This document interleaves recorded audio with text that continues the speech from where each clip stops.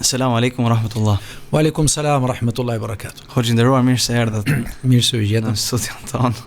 Dhe e nisim me bismillah këtë episod ku do të flasim për ngjarjen, mos themi një nga ngjarjet, por ngjarjen më të rëndësishme që po ndodh të paktën këto 2 javët e fundit në Shqipëri. Çështja e protestës. Që të dalim drejt në temë, disa njerëz mendojnë që është e drejtë morale, disa njerëz mendojnë që është e drejtë e qytetarëve dalin protestë, disa mendojnë që është përgjegjësi morale.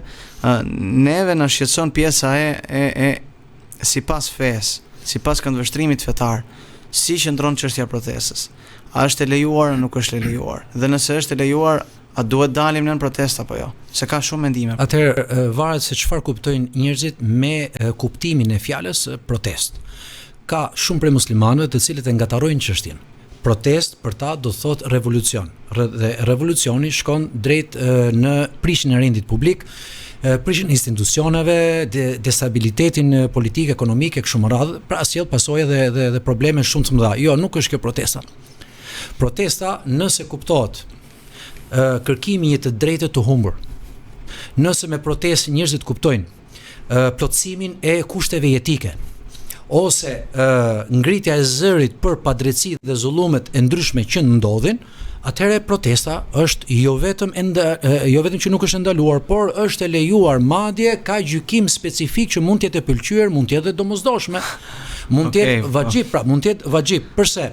Gjithë e dini hadithin e profetit alayhi salatu wasalam, i cili ka thënë, kur ta shikoni një padrejtësi ose kur ta shikoni një diçka të keqe, munkar që është përmendur në literaturën islame, në tekste domethënë fetare, ndryshojeni atë thot me dorën tuaj. E nëse nuk mundeni, ndryshojeni atë me fjalën tuaj. Pra me gjuhën tuaj. Nëse nuk keni mundësi edhe këtë, të paktën thot me zemrën tuaj, si përfundon hadithin fund. Kjo është me dobta, është me Ky është besimi me i dobët. Pra është pjesë e besimit që të reagosh kundër të keqes. Është pjesë e besimit që të reagosh kundër padrejtësive. Nëse bëhet fjalë për ndryshimin me dorë, këtu nën kuptohet jo revolucioni, por nën kuptohet forca e ligjit. Është shteti ai që merret domethënë me probleme të tilla. Kurse e drejta qytetare, ajo e drejtë morale ose përgjegjësi morale që ju përmendet domethënë, është pikërisht që njerëzit duhet të reagojnë. Madje në një transmetim te Musnedi Imam Ahmedit, vet Ebu Bekri përcjell se profeti alayhi salatu wasalam ka thënë: Inna nasa idha ra'aw adh-dhalima falam ya'khudhu 'ala yadayhi aw shaka an ya'ummuhumullahu bi'iqabi. Nëse njerëzit thot profeti alayhi salam. Është hadith që nuk qarkullon kjo xhe. Po është hadith që qarkullon, nuk është fahim, ja jemi sot këtu që ta bëjmë të qarkullojmë. Profeti alayhi salam thot, kur njerëzit shikojnë një padrejtësi ose zullumqarin, vetë zullumqarin, njeriu e padrejt dhe nuk e ndalojnë atë, duke e kapur prej dore, pra duke thënë, o njeri, çfarë duke bërë, kjo nuk lejohet. Kundrejt padrejtësisht duhet të reagohet. Nëse nuk e bën këtë, thot profeti alayhi salam, së shpejti dënimi prej Zotit do t'i përfshijë të gjithë. Pra, e gjithë shoqëria përfshihet nga dënimi. Që Zoti thotë është edhe diku përgjegjësi morale për gjithë njerëzit që kur shikojnë një padrejtësi të dalin ball edhe ti thon kjo nuk duhet. Reagimi është domosdoshëm. Reagimi në disa raste është i pëlqyer, në disa raste është detyrë. Në rastin ton konkret, profeti alayhis salam thotë, nëse ti nuk e ndryshon të keqen ose nuk reagon kundër të keqes, jo vetëm që tregon besimin e dobët në fen tënde, por nga ana tjetër, neglizhenca kur padrejtësitë përhapen, do të thotë që së shpejti të gjithë ne do jemi pjesë e dënimit të Zotit. Zoti na ruaj sepse kemi përjetuar sprova nga më të ndryshme, sfide nga më të ndryshme, pse jo kemi përjetuar dhe dënime domethënë të ndryshme. Hoxh, te pjesa e reagimit, a mund të themi që është domosdoshmërisht protesta forma e reagimit apo çfarë do lloj reagimi qoftë? Se domethënë hadithi ndoshta unë nuk e kam kuptuar mirë. Domethënë ta kapësh zullumqarin prej duarsh dhe ti thuash që ajo është një simbolik për të treguar që reagimi duhet të jetë i shfaqur. Reagimi duhet të jetë i dukshëm. Reagimi nuk duhet të jetë domethënë në një jetë të zbrapsur, në një jetë domethënë jo aktive, ku nuk të dëgjon kush.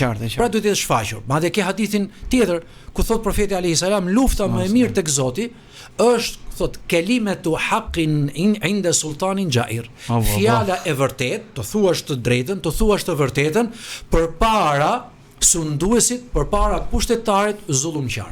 Hadithi e konsideron betejë që të dalësh përballë pushtetarit të padrejt zullumqtar, kush do të thotë për ty? Dhe ti tregosh të vërtetën, domethënë ti tregosh kelimatu hak i bën fjala e vërtet, fjala e drejtë, e cila nuk duhet të jetë e zbet, nuk duhet të jetë e humbur, nuk duhet të jetë e padukshme, por duhet të shfaqet. Okej, unë mendoj që është e qartë, po ndoshta ka dhe njerëz që nuk e kuptojnë. Kjo betejë bëhet, domethënë kur studentari është musliman apo i përfshin fjalat të gjithë bashkë. Pra nuk ka lidhje çfarë. Pavarësisht se tekstet fetare, hadithet profetike ose ajetet kuranore kanë ardhur për shoqërinë islame. Kurse në shoqërinë e sotme, pra në shoqërinë ku ne jetojmë, një shoqëri me sistem demokratik dhe në një kohë sistem laik, a futen këto argumente fetare në shoqërinë ku ne jetojmë, faktikisht në shoqërinë ku ne jetojmë çështja është akoma më ndryshme dhe akoma më e lehtë. Përse? Protestat në sistemin demokratik janë mjet ligjor. Dhe duke qenë se janë mjet ligjor, garantohen me ligj. Nuk e ka problem sistemi, nuk e ka problem shteti, nuk e ka problem sistemi demokratik, pra që ti të protestosh. Mjafton që ato protesta të jenë jo të dhunshme, të jenë protesta paqësore. Dhe kur janë paqësore, atëherë ndryshon gjykimi, pra është akoma më e lehtë çështja në sistemin demokratik në shoqërinë ku ne jetojmë, kundrejt shoqërive të tjera, domethënë në shtetet arabe apo shtetet me përfaqësi islame, mund të themi, që ndoshta protestat atje marrin një kuptim tjetër. Hoxh, kemi një shprehje të Ebubekrit që shqyrë që më kujtua, në mos të gaboj inshallah, po më mundohem ta transmetoj sa më saktë, ku thotë që nëse gaboj më drejtoni. Po. Fa idha akhtatu qawimuni faqawimuni. Domethënë kjo a futet, a mund ta fusim protestën te kjo qawimuni, te kjo pjesa e dytë? Më drejtoni, më forconi. Ke për qëllim të nxjerrësh një argument për lejimin e protestës? Po mundohem.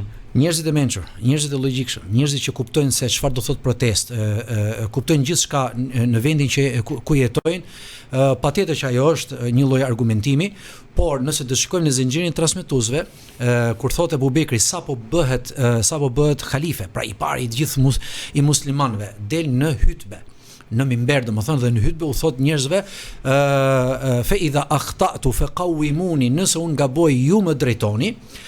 Pra në pamje të parë duket që është një lloj argumenti që ju sollët, pavarësisht se në thënia e Ebubekrit nuk është aq e fortë në aspektin e zinxhirit të transmetimit. Mirë po, konteksti i fjalisë, kuptimi i fjalisë është i vërtet, duke u bazuar në plot prej versioneve dhe transmetimeve të tjera, qoftë nga Ebubekri, qoftë nga Omeri, qoftë nga vet Osmani, i cili i pranoi për shembull ata njerëz të cilët donin kishin kërkesa të tyre, kishin pakënaqësi të tyre kundrejt politikave të Osmanit radhiyallahu anhu, deri këtu Osmani nuk i kishte problem me ta. Shumë e bukur. Po, për ata u çuan në revolucion kundër Osmanit, atëherë filluan të reagojnë vetë sahabët.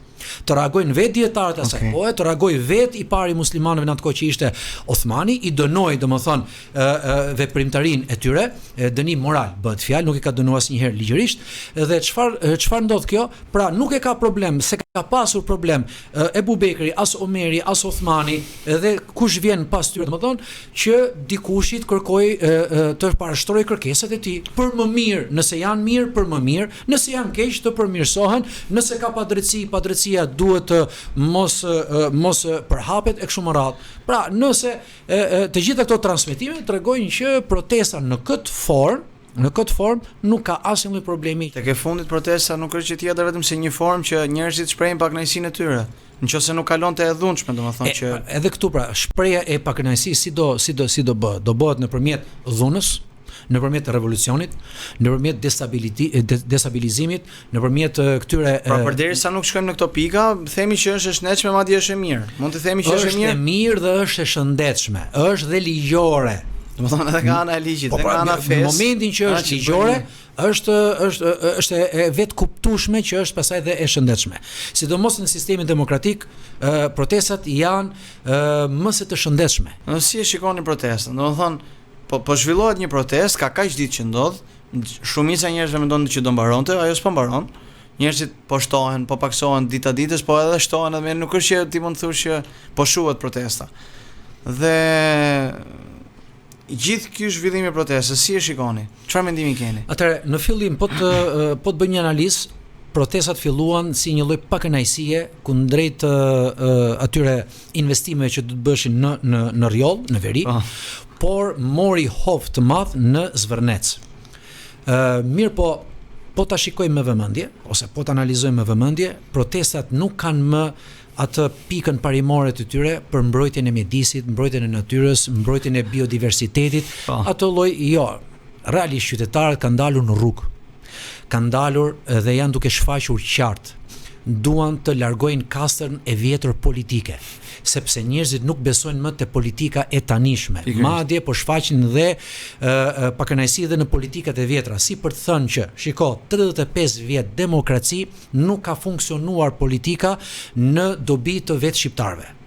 Dhe këte janë duke shfaqur me slogane nga më të ndryshme. Disa slogane janë të domosdoshme, disa slogane janë të vërteta, janë të drejta, disa slogane ndoshta nuk janë aq të mira. Shikoj, gjithse kushi që del aty mendon që tash turma e ka. Turma, domethënë e ka këtë. Nuk i ndalon dot njerëzit. Nëse do më lejoje që unë ta bëj aty këtë pyetje. Ju jeni domethënë të rinj të cilët keni marr pjesë pothuajse çdo ditë në protesta dhe është rinia domethënë ajo që më tepër përfaqëson këtë lloj proteste, edhe pse nuk ka organizime të partive politike tradicionale, unë nuk di të ke domethënë organizime nën rrogos që i shtyn njerëzit, ju vetë si rinjësi e shikoni domethënë, a e shikoni domosdoshme, e shikoni të nevojshme, e shikoni të pëlqyeshme, e shikoni hajt se po dal një xhiro aty në rrugë, po kaloj kohën dhe bashkë me te dhe po protestoj. Varet si ju si e shikoni. Mund të jenë disa pika dhe disa pika nga ato që ju përmendet. Për sa i përket protestës, të paktën ne që jemi të rinj, unë dhe një pjesë tjetër e disa të rinjve, me student kryesisht, kemi dalë çdo ditë në protestë. Është dita e 15 sot. Çështja është këtu. Të rinj duan të zhvillojnë jetën e tyre në Shqipëri. Momenti që ata shikojnë që e ardhmja e tyre rrezikohet për disa arsye, ku mendoj unë që më e rëndësishme është meritokracia, pra edhe nëse çdo gjë shkon mirë, ti prap nuk e fiton dot vendin e punës, sepse e zë vendin e punës dikush që ka mbështetjen e partisë ose ka njohje që kjo dihet në Shqipëri. Edhe gjëra të tilla. Pra nuk funksionojnë gjërat siç duhet. Dhe i riu përballet me mes dy zgjedhjeve ose zgjedhjeve më saktë.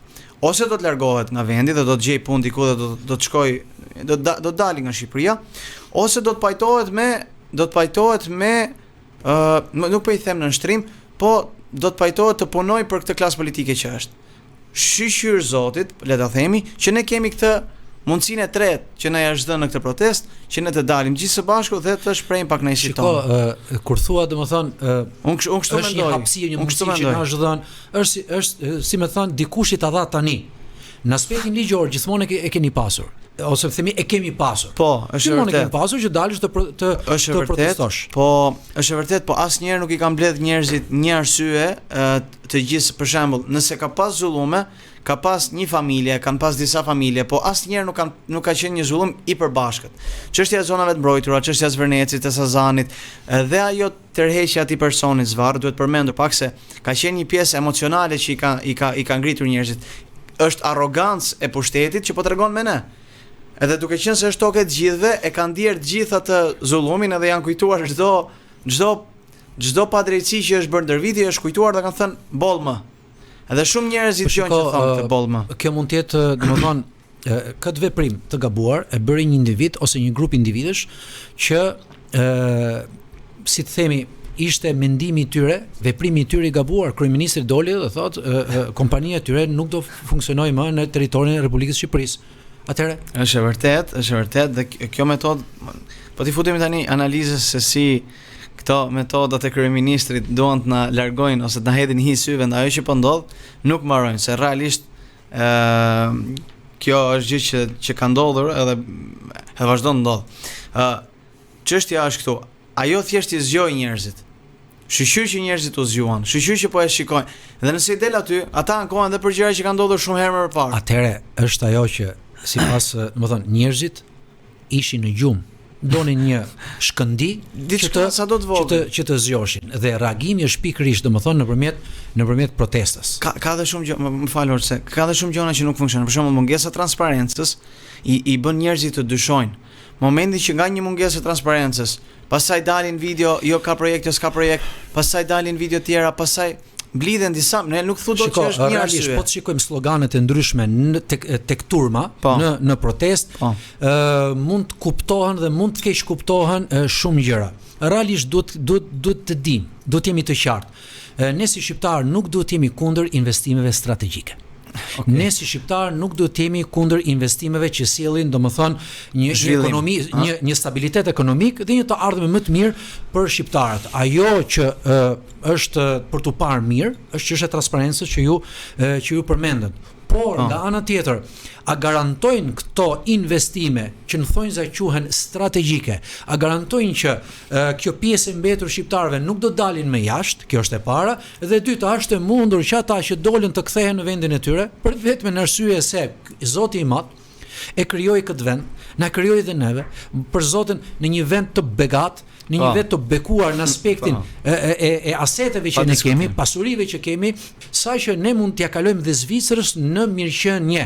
Gjithë çështja është tek menaxhimi apo tek politikat e gabuara. Prandaj them që edhe protesta është një rrugë jo vetëm ligjore, por dhe shumë e shëndetshme për demokracinë shqiptare, të funksionojnë me fjalë gjithmonë në forma paqësore për të arritur jo vetëm të drejtat dhe për të larguar jo vetëm zullumet, por dhe që të kemi domethënë një mirëqenie. Un kam diçka këtu tash, me thënë drejtën, ju drejtohem dhe juve të rive.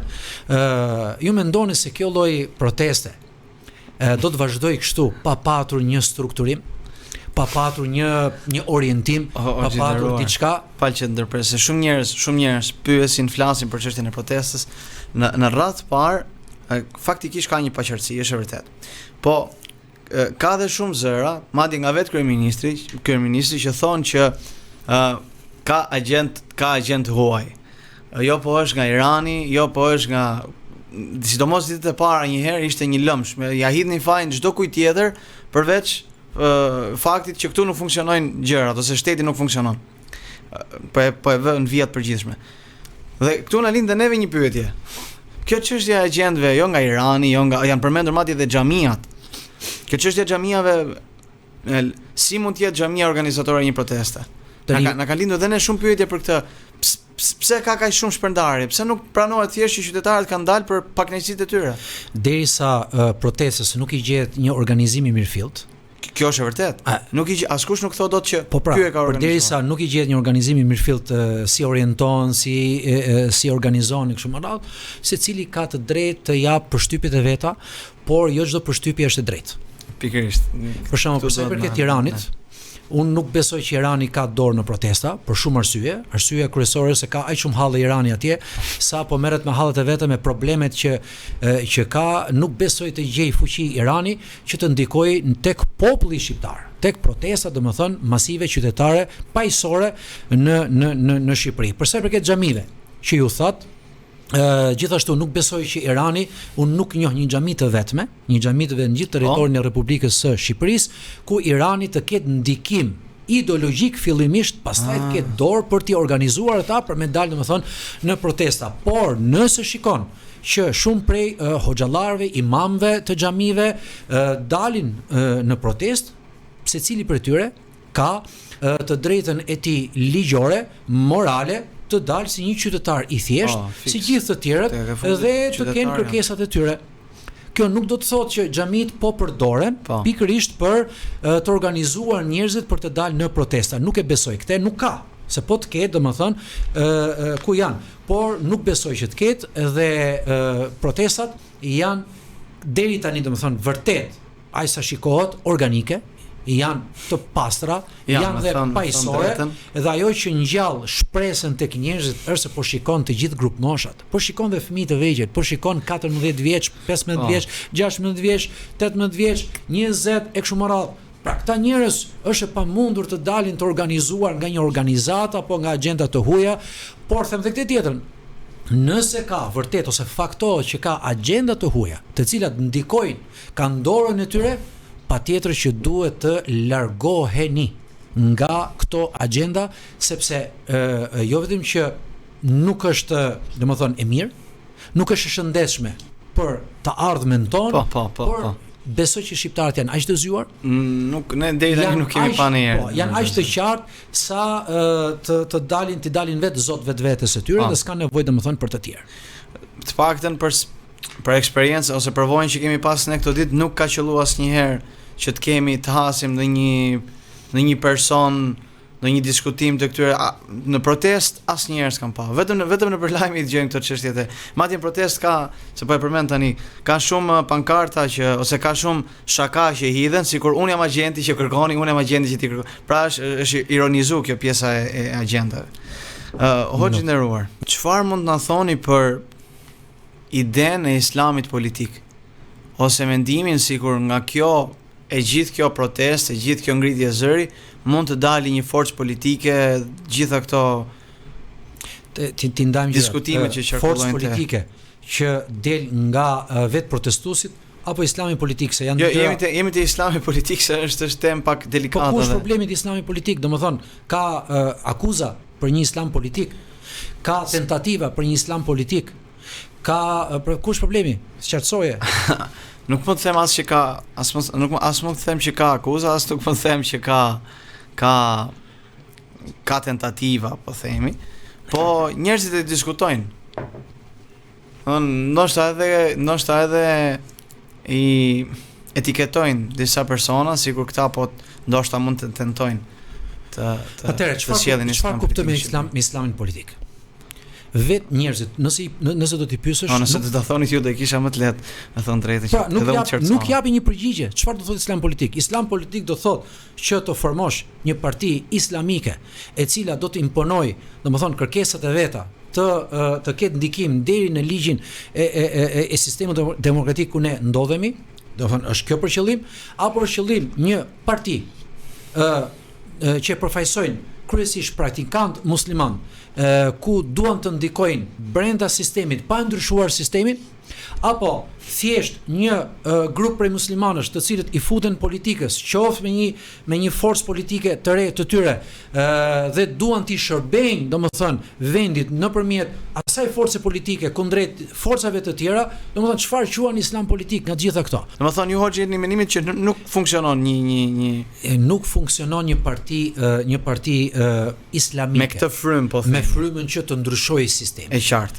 Se ti ke në shtetet arabe nuk kanë ndryshuar dot sistemet atje, e do ndryshojnë tashti sistemin në Shqipëri. Ne jemi europian, gjithashtu ne nuk mund të ndalojmë dot njerëz të cilët duan t'i shërbejnë këtij vendi nëpërmjet një force politike, nëse shikojnë të arsyeshme, nëse shikojnë ligjore, nëse kanë hapësira ligjore, kjo është e tyre. Edhe pse unë mendoj që këtij vendi duhet t'i shërbesh fillimisht duke mbajtur drejtësi secili në vetveten e tij, në familjen e tij, në punën ku punon, në shoqërinë dhe me njerëzit që ndërton raporte me ta, në institucionet ku ai shkon dhe vjen, qofshin ato shtetërore, qofshin ato private, të ruaj drejtësinë, të ruaj vlerat fetare, të ruaj domethënë parimet fetare. A nëse për një të drejtë më shumë, a nëse është shkelur një e drejtë apo është shkelur domethënë një parim, ose janë përhapur padrejtësitë, janë përhapur zullumet, janë përhapur mizuritë ndoshta, edhe shikon të arsyeshme që nëpërmjet domethënë zgjedhjeve, nëpërmjet forcave politike, ato që janë ose të reja, shumë njerëz e shikojnë me fjalë të arsyeshme që të kandidojnë në këtë lloj forme, është e drejta e tyre. E rëndësishme është mos harrojmë hadithin e profetit alayhis salam, i cili thotë habbun nasi ila Allah anfa'uhum lin nas. Njeriu më i dashur te Allahu është ai person i cili u sjell më shumë dobi njerëzve të tjerë. Nëse ju mendoni se do t'i sillni dobi kësaj shoqërie dhe këtij vendi ku jetoni, nëpërmjet aftësive tua, nëpërmjet integrimit në institucione, nëpërmjet diturive që ju mësoni nëpër fakultete, ose nëpërmjet angazhimit në forca politike, kjo është pastaj forma teknike, trajtat janë të ndryshme, janë të larmishme, secili zgjedh atë që shikon për më mirë. Themi që parimi është për të shërbyer këtij vendi, pastaj teknikat që zgjedh secili ndryshojnë. Atëherë, secili prej muslimanëve, praktikantëve, i cili don të aderoj në një forcë tradicionale politike, le ta aderojë, është puna e tij. Nëse don të krijoj një forcë të re politike ose një parti politike, edhe kjo është e drejta e tij. Por në formatin një islami politik varet pastaj se si kuptohet kjo. Për sa i përket hoxhallarëve, ata i bëjnë shërbimet e tyre për të dhënë vlerat islame, parimet islame në shoqëri në mënyrën që ata janë duke zbatuar në hutbet e xumas, në ligjëratat e tyre, në ligjërimin publik që nuk është aq i shfaqur faktikisht, duhet të shfaqet më shumë, të jenë domethënë të jetë më e prekshëm ligjërimi i tyre, të jetë më i prekshëm ligjërimi i tyre në publik. Për momentin kjo mendoj se është e mjaftueshme. Pastaj ka njerëz të cilët mendojnë se mund të arrijnë më shumë nëpërmjet politikës, qoftë me forcat e reja politike apo me ato që janë, kjo është çështje që e drejtë e tyre, por gjithmonë duhet bëhet me një konsulencë të frymës kolegjiale dhe jo me fjalë të frymës individuale. Kjo na mungon shumë neve. Edhe gjithashtu nuk janë domethënë që të ketë agjenda të huaja, të cilat ndikojnë për ecurinë e politikave të muslimanëve në Shqipëri. Ne kërkojmë ose them një islam i shëndetshëm në Shqipëri, duhet të jetë një islam shqiptar.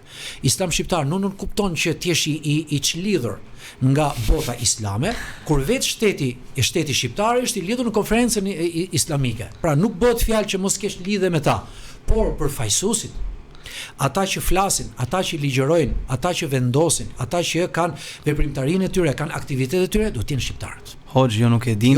Kjo është e rëndësishme për mua. Të tjerët ndoshta kanë mendimet e tyre, për mua e shëndetshme është që muslimanët të integrohen në shoqërinë ku janë në ato hapësira, qofshin politike ose morale, shoqërore, institucionale të shoqërisë ku jetojnë. Edhe kjo është e mjaftueshme. Hoxh i nderuar, me që jemi te tema e protestës dhe në Shqipëri e kemi shumë të prekshme. Kemi më shumë se 2 javë protestë. Po e bëj pyetjen kështu.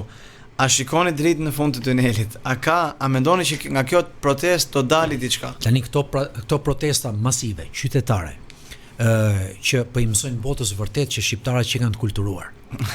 Unë shpresoj që ka një dritë në fund të tunelit, nëse do i referohem fjalisë tënde. Shiko, vërtet këto protesta si asnjëherë më parë kanë ngjallur shpresë tek njerëzit. Dhe nëse nuk arrihet diçka vetëm deri këtu, njerëzit kanë zgjuar ndërgjegjjen e tyre. Njerëzit kanë zgjuar analizën e tyre, kanë filluar të analizojnë dhe përrjedhoj dhe nëse këto protesta dështojnë ose mbyllen me kaq pa arritur diçka konkrete, vetë zgjimi i njerëzve do të thotë që planifikimi i tyre për të ardhmen do të jetë ndryshe. Madje dhe vetë politikanët dhe vetë partitë tradicionale të politikës shqiptare hesabet do të bëjnë më ndryshe. Jam i bindur për këtë, pavarësisht se mund të shikojmë një lloj arrogance. Por deri këtu protesta ka arritur diçka të rëndësishme. Por me thënë të drejtën, njerëzit nuk do të lodhur. Or a është e mundur që gjithë kjo turm të marrë një drejtim? Marrë një drejtim dhe një diçka konkrete. Është e frytshme, dhe jetë e frytshme për ata vetë. Për ne vetë, gjithë qytetarët e këtij vendi, është e frytshme edhe për vetë politikën shqiptare. Sepse në fundit në një sistem demokratik është kutia e votimit ajo që i jep ajo vendos nëpërmjet votës. Dhe në fund fare tani rënja dakord e disa pikave. Po në fund fare kanë gjithë secili mendimin e tij. Mund të ketë një qëllim, ndryshimi i kodit zgjedhor. Sepse ndryshimi i kodit zgjedhor. Po, kjo është diskutuar faktikisht nga një pjesë edhe studentëve. Nëse arrihet për shembull në ndryshimin e kodit zgjedhor për t'i dhënë një lloj jo vetëm drite, por një lloj hapësire më shumë dhe partive të vogla, për t'i dhënë hapësirë dhe vetë kësaj proteste nëse merr strukturë politike më vonë, nuk e di do marr apo s'do marr, është çështje që vendosin njerëzit, më kupton? Nëse kjo është një pikë, domethënë, a nuk duket pak e vështirë, Hoxh? Mund, tash është e vështirë, po jo pamundur. Politika është arti i pamundurës. Sepse thuash që duhet të japin ndërheqje. Kryeministri, edhe besoj që kanë të drejtën të gjithë njerëzit kanë të drejtën e tyre, por dhënia dorëheqje e kryeministrit, e cila mund të çojë në zgjedhje të parakoshme, mund të jenë të njëjtat figura politike të vjetra dhe partitë tradicionale politike të vjetra që marrin përsëri situatën në dorë dhe zhbëhet gjithë ajo energji, shkon dëm gjithë ajo energji dhe në fund fare nëpërmjet kodit zgjedhor që është fitojnë votet të të njëjtët. Atëherë çfarë bën protestuesit? Asgjë. Pra duhet patjetër një strukturë, domethënë politike, një strukturë ligjore që në kërkesat që kanë të marrin, domethënë një rrjedhë ligjore. Përndryshe e gjithë kjo energji do shkoj dëm. Tash po sikosh sloganet e njerëzve. Ata kërkojnë heqjen përfundimisht e kastës së vjetër politike. Kjo është kështu. E dallon çdo kush. Disa thonë që dhe ndryshimi i sistemit politik, ndryshimi i sistemit politik çfarë do thotë? Ndryshimi i sistemit demokratik? Janë të paqartë. Atëherë duhet të jetë më të qartë. Nëse nuk janë dakord me disa forca politike ose me disa politika ose me disa figura politike, kjo është një gjë dhe ndryshimi i sistemit politik është krejtësisht diçka tjetër. Po, e qartë. Politikat dhe kërkesat do të jenë më të qarta, do të jenë më të përmbajtura ligjërisht, do të marrin një formë ligjore dhe nëse është e mundur me fjalë mund të ketë dhe sukses. Në fund fare do futesh ngar. Përndryshe, domethënë mos e lëni popullin aq shumë me marshime të gjata, të lodhshme, të cilat domethënë do konsumohen dhe sloganet do konsumohen një ditë dhe në fund fare pastaj nuk është vetëm lodhje fizike, është edhe lodhje psikologjike. Patjetër. Sepse ai investon aq shumë emocione, po le të themi te kjo protestë që në fund nëse dështon është zhgënjim i madh për të. Në 35 vjet ndodhi diçka dhe pastaj në fund fare nuk bëm asgjë. Ai mund t'i humbi shpresat për 50 vjet. Sidoqoftë un kam shpresë që duke qenë se protestat kanë marrë vëmendje ndërkombëtare, kanë marrë vëmendje të mediave ndërkombëtare, atëherë monitorimi i këtyre protestave është delikat. Nuk është aq i thjeshtë sa mendohet. Në të njëjtën kohë dhe nuk mund të luftohet gjithë ajo turm, nuk mund të çohet dom gjithë ajo turm. Shpresoj që dhe nëse vetëm me kaq mbyllet, deri diku janë arritur disa qëllime. Paktën janë zgjuar njerëzit. Dhe besoj që nëse këto protesta mbyllen me kaq dhe nuk fitojnë diçka, shumë shpejt mund të lindin më vonë prap. Një e tretë, e vërtetë. Dhe prandaj do thash që politika aktuale, qoftë e djathtë, qoftë e majtë, qofshin figurat politike, qofshin partitë tradicionale, hesapet sot e tutje jam i sigurt që do të bëjnë pak më ndryshe. Llogaritë e tyre do të bëjnë pak më ndryshe. Kjo fjala hesapet më kujton një banderol që kanë nxjerr studentët. Nuk i ke larë akoma hesapet me studentët, që kanë dalë dhe njerëz dhe thonë që jo nuk duhet të jetë, nuk i ke larë, duhet të jetë, nuk i ke mbyllur, duhet të jetë. Tani nuk i ke larë akoma hesapet me studentët, duket sikur është një luftë frontale tani mes të rinjve dhe sistemit politik. Mendoj që sloganet duhet të jenë më të qarta, duhet të jenë më të shëndetshme dhe duhet përçojnë mesazhe të sakta. Patjetër hoç, po. Nëse më lejon, shumë njerëz flasin për këtë pjesë, sidomos për studentët. Ne nuk i dim të gjitha. E ne jemi aty si gjallëria e protestës. Ne jemi aty si energjia e saj. Edhe rrugës shpresojmë që të mësojmë. Dhe realisht unë mendoj që studentët kanë mësuar dhe dita ditës po përmirësohen, po qartësohen më shumë tek ato pike që duan. Dhe me sa kam parë unë janë shtuar numrat. Nëse protestat nuk janë vetëm studentët. Jo, patjetër, turma është shumë gjigande. Nuk është vetëm ai që ka mundësi të flasë, të marrë mikrofonin, të shprehë e kështu me radhë. Protesta shumë e madhe se kjo. Çdo frym që del në shesh jep kontributin e vet në protestë. Nuk ka dikush më shumë, dikush më pak, ama protesta është e gjithëve. Hoç të falenderoj për momentin. Faleminderit juve për këtë podcast, gjithashtu shpresoj për më të mirën për gjithë qytetarët, për vendin ton, por i lutem Zotit fuqiplot që ardhmja e këtij vendi të jetë vërtet e dobishme, të jetë e mirë, të ketë stabilitet politik, ekonomik, kulturor dhe shpresoj që ju mos largoni nga vendi. Ndërtoni vendin tuaj këtu ku jeni me këto pasuri që na ka dhënë Zoti, me këto begati që na ka dhënë Zoti, duke larguar keq menaxhimet dhe politikën e mbrapsht që është zhvilluar domethënë deri tani. Të falenderoj hoç, pamas. Zoti e pruthmar për gjithë shqiptarët. Fiks. Zoti e sjell mbar dhe shpresojmë që këto gjitha këto ngjarje që po ndodhin të jetë për mirën e shqiptarëve dhe të Shqipërisë. Wassalamu alaikum wa rahmatullahi wa barakatuh. Aleikum salam wa rahmatullahi wa barakatuh.